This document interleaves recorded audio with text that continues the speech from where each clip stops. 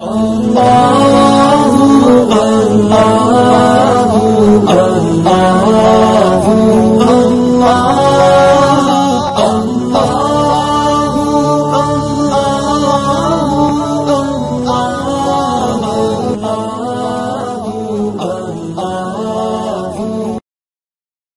عليكم ورحمة الله وبركاته. أنا معكم محمد عبد الله المشمر المدرس بأكاديمية آس بلاہور. كيف حالكم جميعا؟ أرجو أن تكونوا بخير وصحة والسلامة. امید کرتا ہوں کہ آپ سب خیر وعافیت سے ہوں گے اور عربی کی تیاری عربی کے ساتھ مناسبت آپ کی چل رہی ہوگی. تو آج کا سبق اس کی طرف آئیے. آج کا سبق ہے الدرس الثانی والسبعون. یہ 72 نمبر سبق ہے.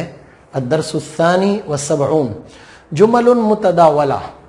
جمل متداولہ کا مطلب یہ ہے کہ عام طور پر چھوٹے چھوٹے الفاظ جنہیں ہم عام روزمرہ زندگی میں استعمال کرتے ہیں، اور چونکہ آپ کو معلوم ہے کہ کسی بھی زبان کو انسان ایک دم سے نہیں بول سکتا، بلکہ سب سے پہلے اس کے مفردات، چھوٹی چھوٹی چیزیں، پھر اس کے بعد اس سے چھوٹا جملہ، پھر اس کے بعد بڑا جملہ، پھر اس کے بعد بڑا جملہ، اس طرح آ کر پھر وہ پورے طریقے کے ساتھ کسی زبان کو بولنا شروع کرتا ہے.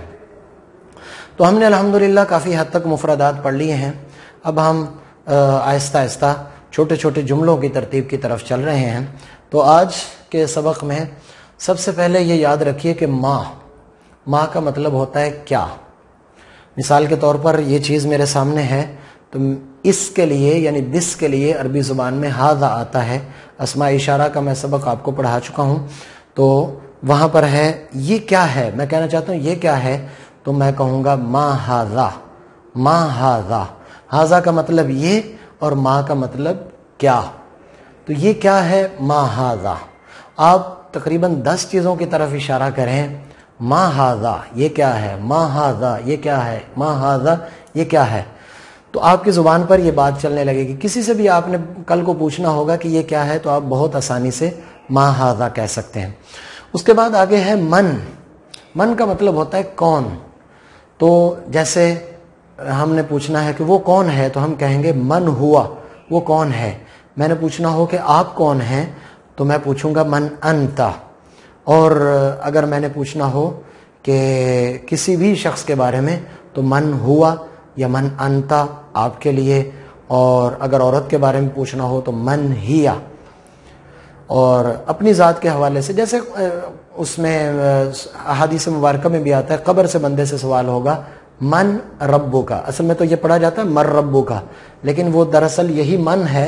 من ربو کا، آپ کا رب کون ہے. من نبیک، آپ کے نبی کون ہیں. اور اس کے بعد آگے لفظ ہے تعالی. تعالی کا مطلب ہوتا ہے ادھر آؤ. کسی کو بھی بلانے کے لیے آپ لفظ بولیں تعال. آپ کا چھوٹا بچہ جو ہے گھر میں گھوم رہا ہے، پھر رہا ہے، کوئی آپ کا اسٹوڈنٹ ہے، کوئی آپ کا ساتھی ہے، تو آپ اس کو عربی زبان میں کہہ سکتے ہیں تعال یا اخی، تعال یا ابنی، اے میرے بیٹے ادھر آؤ. یا اخی کا مطلب اے میرے بھائی، سب کو میں گزر چکا. تعال یا اخی، اے میرے بھائی ادھر آ جاؤ. اس کے بعد لفظ ہے کل. دسترخوان پر بیٹھے ہیں تو کسی کو کہنا چاہتے ہیں کہ آپ کھائیں تو آپ کہیں کل، آپ کھاؤ. اشرب.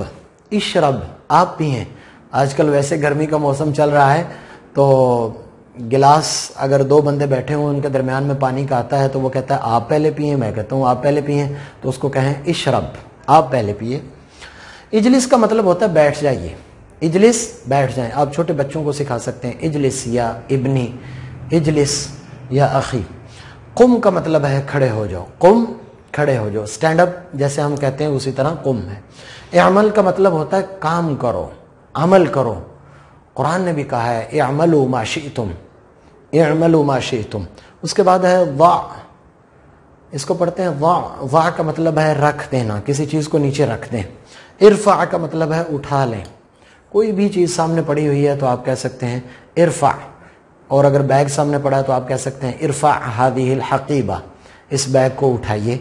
یا آپ کہنا چاہتے ہیں قلم کسی کے ہاتھ میں، آپ کہنا چاہتے ہیں یہ قلم رکھ دیں تو کہیں گے ضع هذا القلم، ضع هذا القلم. اس کے بعد آگے آ جائیے. یہ الفاظ ہیں قرآن پاک میں بھی یہ لفظ آیا خالدین فیہا ابدا، خالدین فیہا ابدا. تو ابداً کا معنی ہوتا ہے ہمیشہ، ہمیشہ